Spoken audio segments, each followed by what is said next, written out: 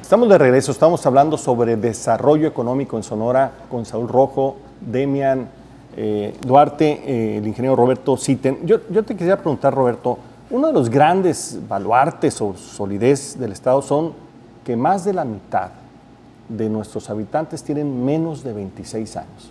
Ya muchas economías quisieran tener ese bono demográfico, pero como bien dice Saúl, los tenemos desaprovechados. Así es, Sonora tiene alrededor de 3 millones de habitantes, del cual 1.4 millones de habitantes están en la edad de trabajar. Exacto, productiva, totalmente. Y trabajan alrededor de 800. ¿No? Estamos en una bonanza, el bono demográfico perfecto aquí en Sonora para desarrollar actividades. Tenemos mucha mano de obra que ya lo quisieran, la cantidad de mano de obra que tenemos aquí. Con educación, muchos de ellos otros países, ¿no? Porque por ejemplo, ya como ahorita comentaron, en Europa la población está ya mayor y les está costando mantener a los que están trabajando, pues, mantener todo el aparato y a toda la población ya con edad avanzada, ¿no? Aquí el Banco Mundial dice que la inflexión en el caso de México va a llegar en 2020, estamos a 5 años. Y ya no estamos preparados, necesitamos generarle los empleos que se necesitan, hacer las inversiones. Y una cosa importante, ¿no? Ahorita comentaban de las universidades, el sistema educativo aquí en Sonora, pues tenemos muchas universidades tecnológicos y están saliendo muchos jóvenes que al momento de que salen no encuentran el trabajo, no encuentran dónde desarrollarse o se subemplean, ¿no? O se cambian ya de actividad, no para la que estudiaron. Es una lástima porque la inversión que se hizo a esos jóvenes durante tantos años en la primaria, secundaria, preparatoria y la universidad, pues se desaprovecha, ¿no? Porque al ratito se cambian de otra actividad. Y luego tenemos otro problema estructural. La economía cambió. Hoy la nueva economía está basada en el conocimiento, está basada en la información y como que en ese tema, Saúl, tú que estás en esa área, poco se está incorporando, digamos, a las políticas públicas, a los programas de competitividad. Otros países ya están en el Internet industrial, de cómo incorporar, digamos, en gran medida la tecnología para producir más y mejor. Y aquí en Sonora tenemos problemas de lo básico todavía de conexión. Sí, yo creo que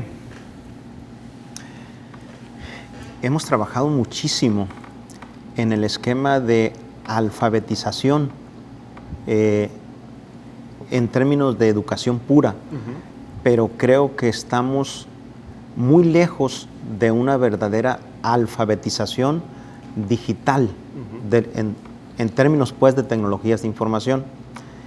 Y el gran detalle es que el tema no alcanza a entenderse, ¿sí? Se platica, pero no se instrumenta.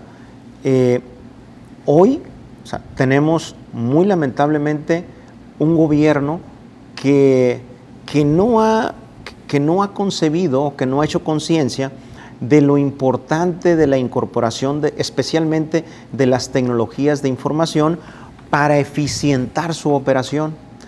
Y las tecnologías de información, pueden ayudar muchísimo a aumentar la productividad y por ende la competitividad y evidentemente al ahorro de recursos.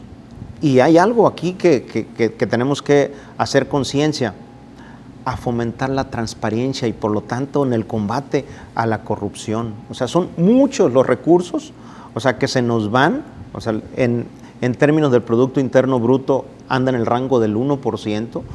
Cabe hacer mención que las reformas que tanto soñamos, esperábamos que nos incrementaran un 3% del Producto Interno Bruto, nada más por cuestiones de falta de transparencia, se nos va el 1%.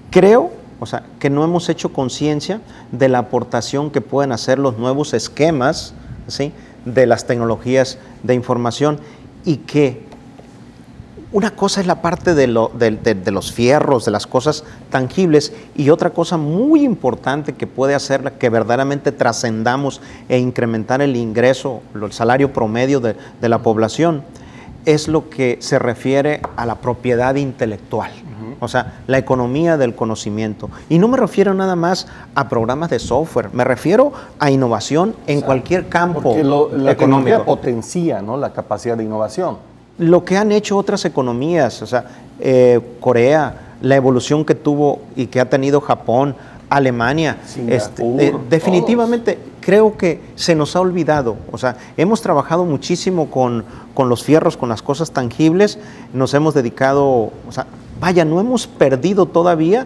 esa vocación, o sea, que tanto auge tuvo en la época de los 70s y los 80s, que es la parte de la maquila. Creo que tenemos que ir más allá. Creo que tenemos, o sea, las instituciones educativas y tenemos el capital intelectual como para poder hacerlo. Así es. Ahora, Roberto, está claro que hay como que dos temas, como bien dice Saúl. Por un lado, el tema de la corrupción. Si no generamos confianza y credibilidad, es muy difícil que las grandes inversiones lleguen, porque es lo primero que analizan. Porque la corrupción no solamente tiene que ver con que no se roben el dinero público, tiene que ver con la procuración de justicia, con la seguridad, te contamina todo. Y por otro lado, tenemos que darle un vuelco a nuestra economía para basarla en la capacidad de innovación. Así es. Es un tema muy áspero, ¿no? La cuestión de platicar sobre lo que es corrupción, pero hay corrupción a todos los niveles, ¿no? En cuestión de diferentes formas, ¿no? Es como los pecados. Hay pecados pequeños y hay pecados capitales, ¿no? Hay corrupción que afecta al sistema de desarrollo de las empresas. Eso es un pecado capital, digamos, si lo vemos de esa forma.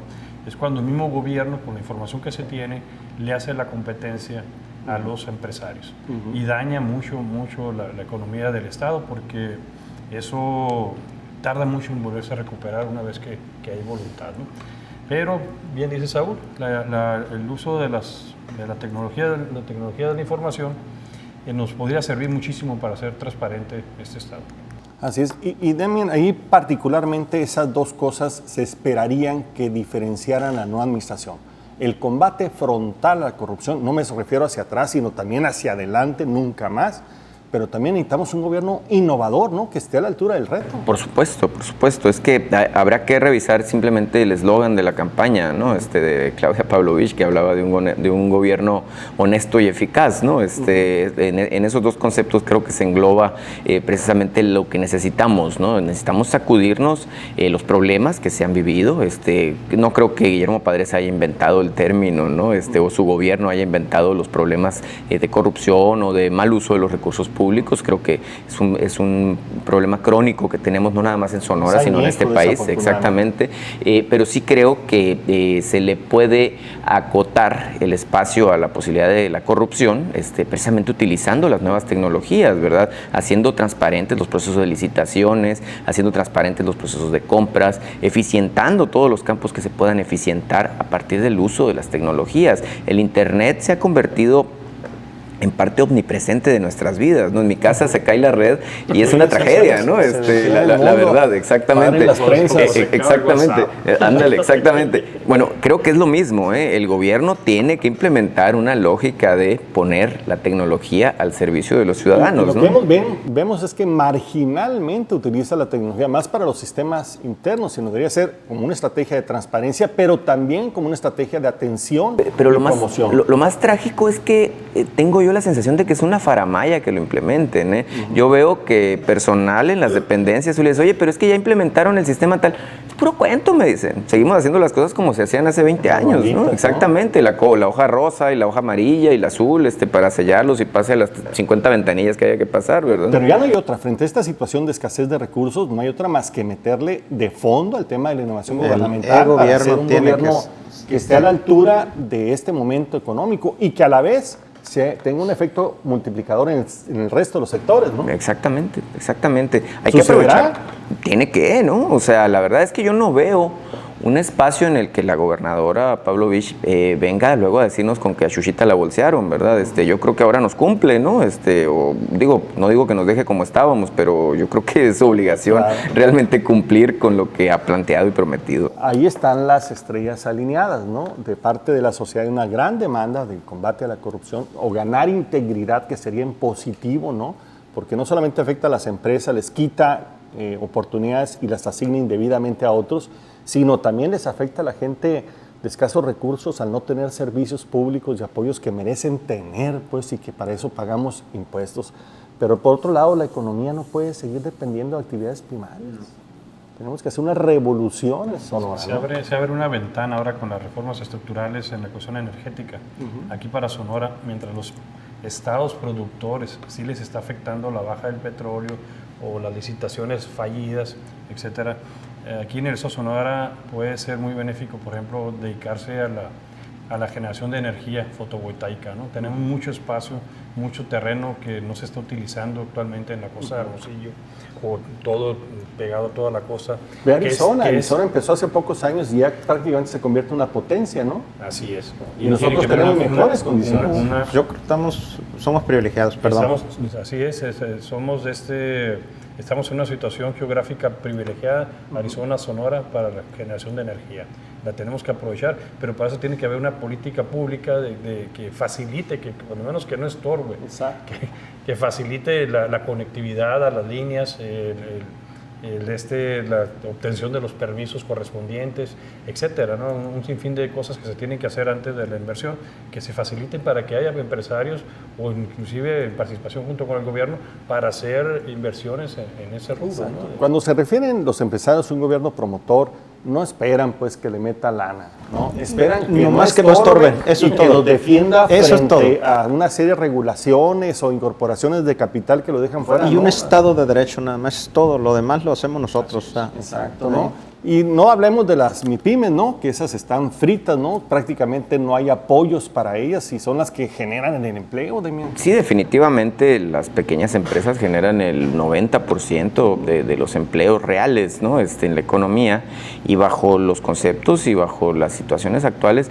pues el tiempo de sobrevivencia de una empresa, pues antes se decía que era de 3 años, ¿no? Ahora yo dudo que haya muchas empresas que tengan la oportunidad de pasar del año, sobre todo antes todo el mundo le quería vender al gobierno, ¿verdad? Ese es un asunto curioso. Ahora nadie le quiere vender al gobierno, ¿no? Porque el gobierno se ha convertido en una especie de asesino de empresas, ¿no? Con esta lógica que tienen de dilatar los pagos, o simplemente no pagar, ¿verdad? Entonces la verdad es que hay que cambiar, hay muchos campos de oportunidad en eso. Una lógica, por ejemplo, sería que el gobierno tome muy seriamente la responsabilidad que tiene de pagar lo que compra, ¿no? Que se automatizaran los pagos, ¿no? Si está a determinado plazo, sin necesidad de intervención absolutamente nada, utilizando los sistemas que llegaran los pagos a quien deben de ser.